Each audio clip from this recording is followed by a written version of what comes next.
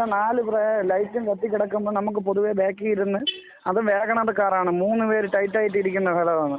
അപ്പൊ 3 പേരിൽ തല മൊത്തത്തിൽ നമ്മളെ എത്ര തല തിരിക്കാൻ പറ്റും? നേരെ ബാക്ക് തിരിയണമെങ്കിൽ അല്ലെങ്കിൽ മൂങ്ങയുടെ തലയായിരിക്കണം 80 ഡിഗ്രി. ഒരു ഡ്രൈവറും കൂടെ ഉള്ള വിഷയത്തിന് ഡ്രൈവറിന്റെ അടുത്തേ കൈ കാണിക്കില്ല, എന്താടാ കാണിക്കണേന്ന് കാണിക്കും. സ്വാഭാവികമായിട്ട് എല്ലാ ഡ്രൈവർമാരും കാണിക്കുന്നത് എന്താടാ കാണിക്കണമെന്ന് കൈ കൊണ്ട് ആ ഒരു ആംഗ്യം മാത്രമേ എനിക്ക് അറിയാവുള്ളൂ. ഞാൻ അതുപോലും കാണിച്ചിട്ടില്ല. ഡ്രൈവറിനെയാണ് കാണിക്കണം, അല്ല ബാക്കിൽ ഇരിക്കുന്നവരെ കാണിക്കണം. ബാക്കിൽ പെണ്ണാണോ പുരുഷനാണോ എന്ന് നമ്മൾ അറിയുന്നില്ലല്ലോ ബാക്കിൽ ഇരിക്കുന്നത്. പ്രതികരിക്കുന്ന സാറ് ഘടകകക്ഷിയാണ്. നാളെ ഒരു കാലത്ത് സാറ് എന്റെ ഭാഗത്താണ് ന്യായം എന്നുള്ള അറിയാം. അപ്പോൾ ഞാൻ പറഞ്ഞു വരുമ്പോൾ എന്റെ സൈഡ് നിൽക്കേണ്ടി വന്നു കഴിഞ്ഞാൽ സാറിന് അപ്പം പണിയെന്ന് പറഞ്ഞു വിടും. എന്റെ അവസ്ഥ സാറിനും ഉണ്ടാവും. അതുകൊണ്ടായിരിക്കാം ഇപ്പോൾ അതുകൊണ്ടാണ്. നമസ്കാരം.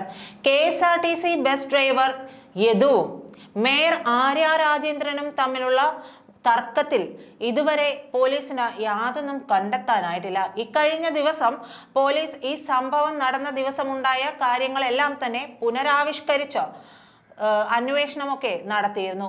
അതിൽ കണ്ടെത്തിയത് യദുവിന് എതിരായ കാര്യങ്ങളാണ്.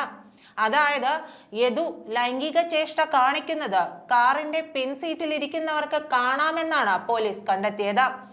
ഇപ്പോൾ യദുവിനോട് സംസാരിക്കുമ്പോൾ നമുക്ക് മനസ്സിലാവുന്ന ഒരു കാര്യം, അതല്ലെങ്കിൽ നമ്മൾ തന്നെ ആലോചിച്ച് നോക്കിയാൽ മനസ്സിലാവുന്ന മറ്റൊരു കാര്യമുണ്ട്.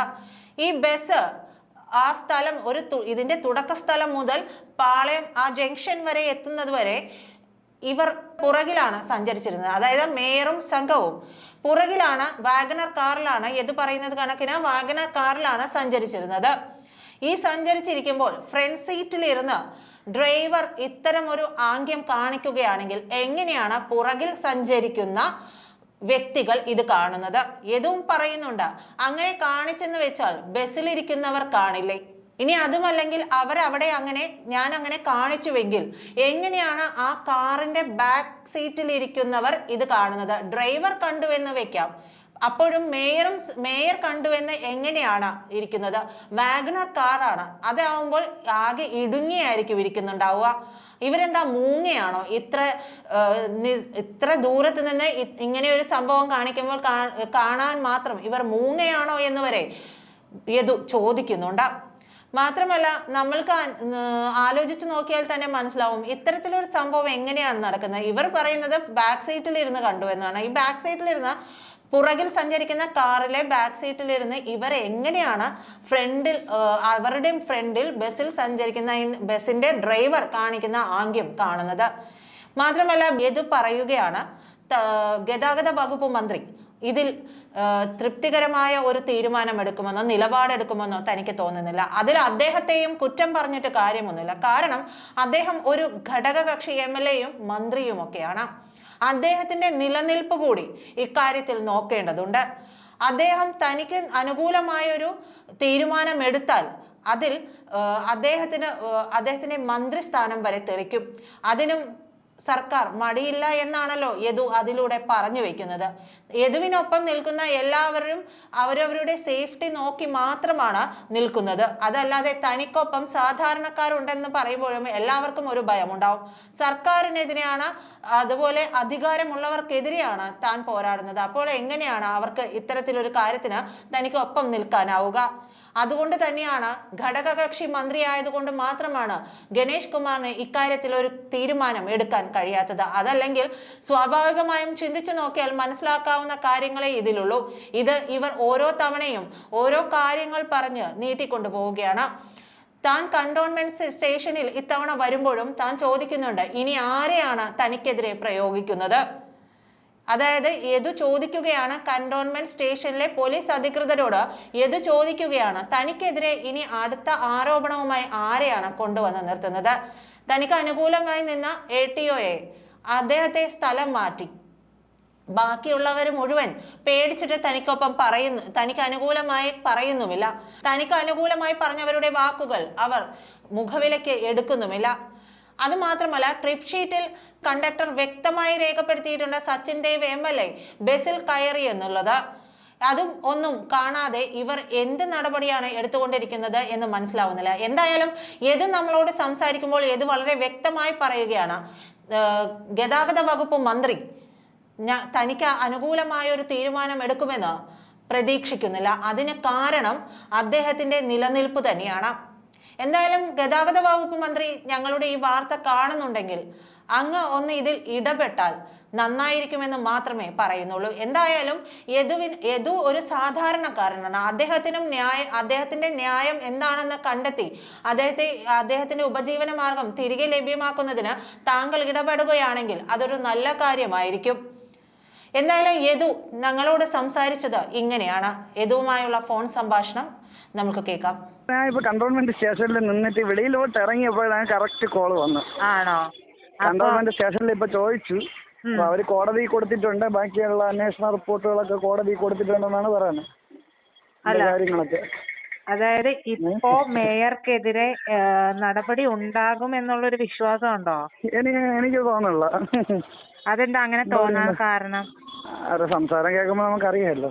അവര് എനിക്ക് എന്തെങ്കിലും ഞാൻ ചോദിച്ചു സാറേ ഇനി വേറെ ആരെങ്കിലും പരാതി കൊണ്ടുവരാനുണ്ടോ കണ്ടിട്ട്.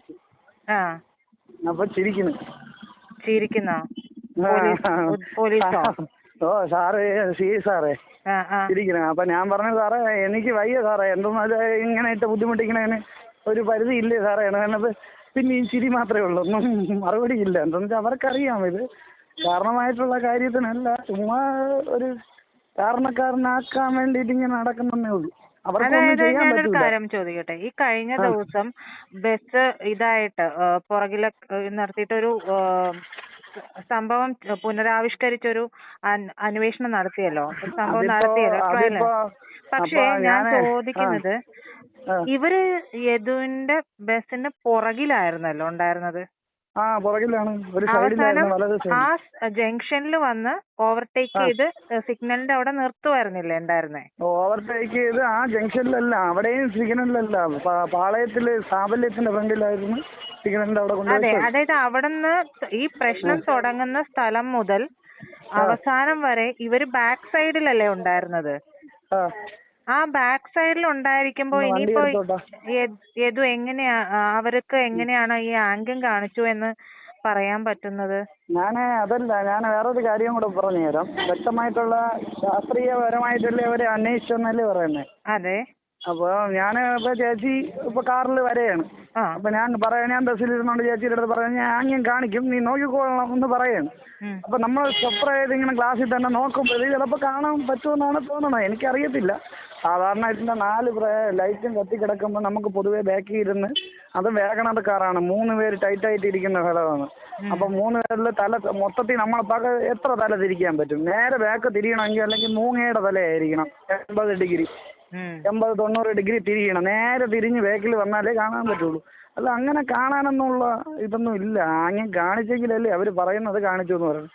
നമുക്ക് ഈ വണ്ടി ഓടിക്കുമ്പോഴത്തേക്ക് എന്താ അറിയാമോ, ഈ സംഭവം നടക്കുമ്പോ ഇവര് ബാക്കിലായിരുന്നല്ലോ, ഇവര് ചേസ് ചെയ്ത് വരികയായിരുന്നില്ല ഉണ്ടായിരുന്നേ?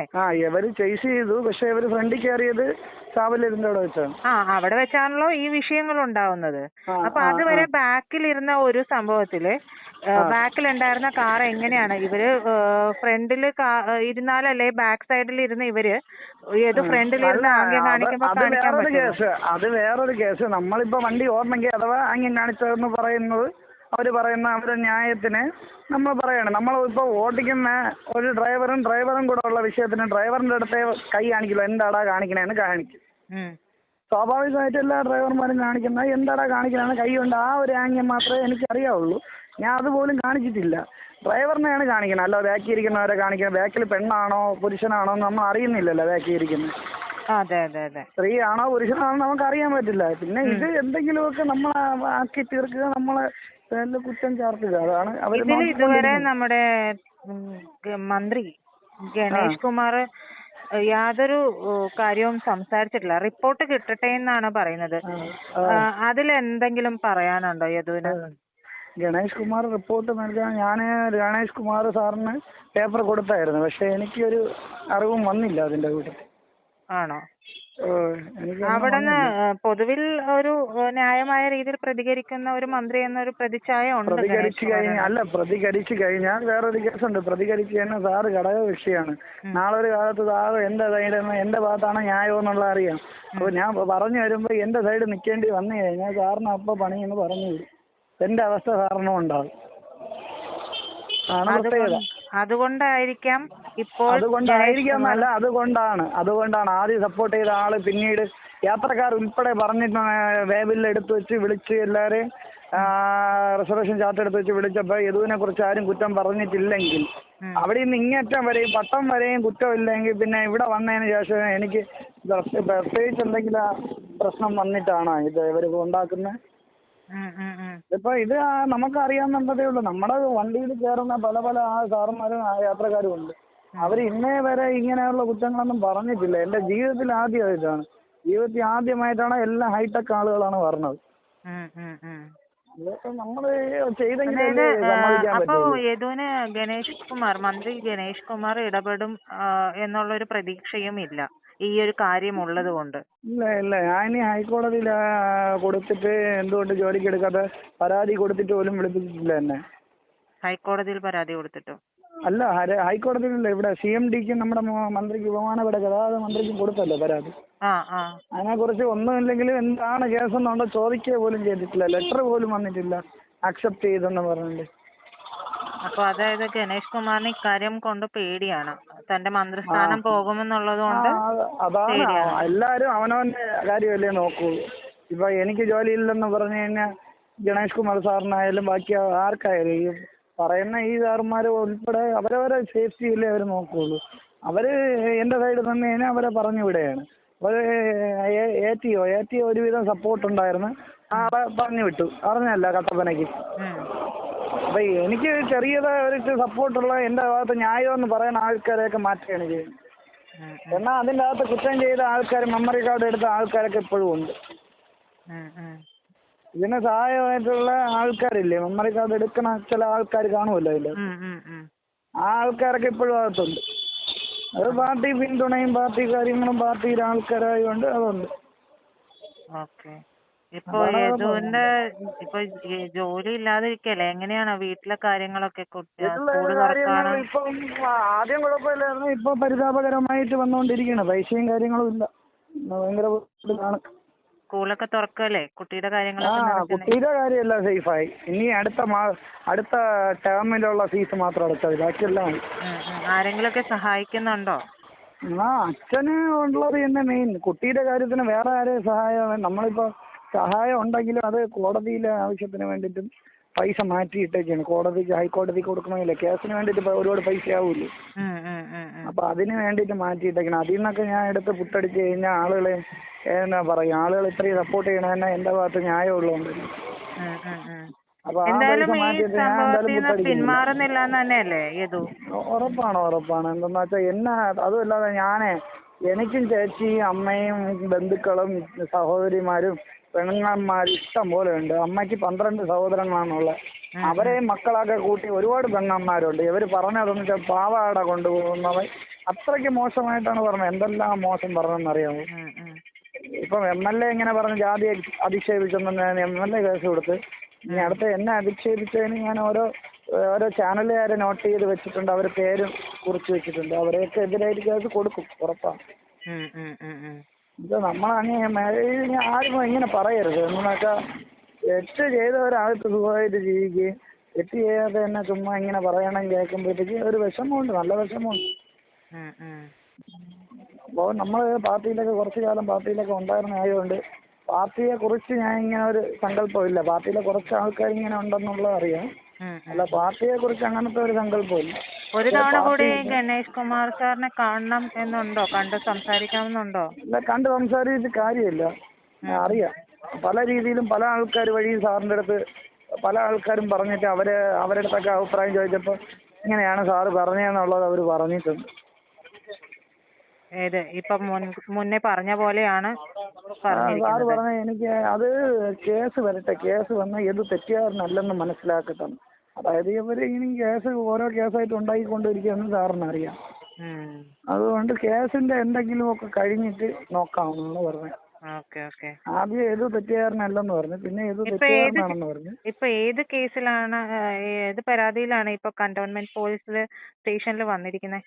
ഞാൻ എന്റെ പരാതിയാണ് കണ്ടോൺമെന്റ് സ്റ്റേഷനും MLA-ക്കും മേയർക്കും 5 പേരിനും കേസുള്ളത്. എന്റെ കേസ് ഇവിടെയാണ്.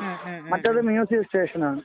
ഓക്കെ ഓക്കെ ഓ ഓക്കെ. ഇത് എന്തായാലും കേസിൽ ജയിക്കട്ടെ എന്ന് ആശംസിക്കുകയാണ്. ജയിക്കട്ടെന്നല്ല, ജയിക്കണം. ജയിക്കണം. അതെ അതെ, അതൊരു ജയിക്കട്ടെന്നല്ല, സാധാരണക്കാരന്റെ നമ്മൾ ആവശ്യമാണല്ലോ. ജയിക്കണം. അതാണ് സാധാരണപ്പെട്ട എല്ലാവർക്കും കൂടെ വേണ്ടിയിട്ടല്ലേ. അതെ ഇന്ന് ഞാൻ നാളെ നീ എന്നുള്ള സിദ്ധാന്തമാണ്. ഇന്ന് എനിക്കാവാം, നാളെ വേറൊരു ആക്കാവാം. അവനവർക്ക് വരുമ്പോഴേ ഈ ബുദ്ധിമുട്ട് അവരവർ മനസ്സിലാക്കുള്ളൂ. എന്താ വെച്ചാൽ ഈ കണ്ടവന്റെ പഴയ ഒരു പഴഞ്ചൊല്ലുണ്ട്, കണ്ടവരെ അമ്മയ്ക്ക് ഭ്രാന്ത് പിടിച്ചതിനെ കാണാൻ നല്ല ചേലെന്ന് പറഞ്ഞില്ലേ. സ്വന്തം ആൾക്കാർക്ക് വരുമ്പോഴത്തേക്ക് അത് ബുദ്ധിമുട്ട് മനസ്സിലാവൂല. അതിപ്പോ പാർട്ടി ആയാലും ഏതായാലും തെറ്റ് കണ്ടു കഴിഞ്ഞാൽ തെറ്റെന്ന് പറയുക, അത്രയാണ്. അതെ. അതാരായാലും ഏത് പാർട്ടി ആയാലും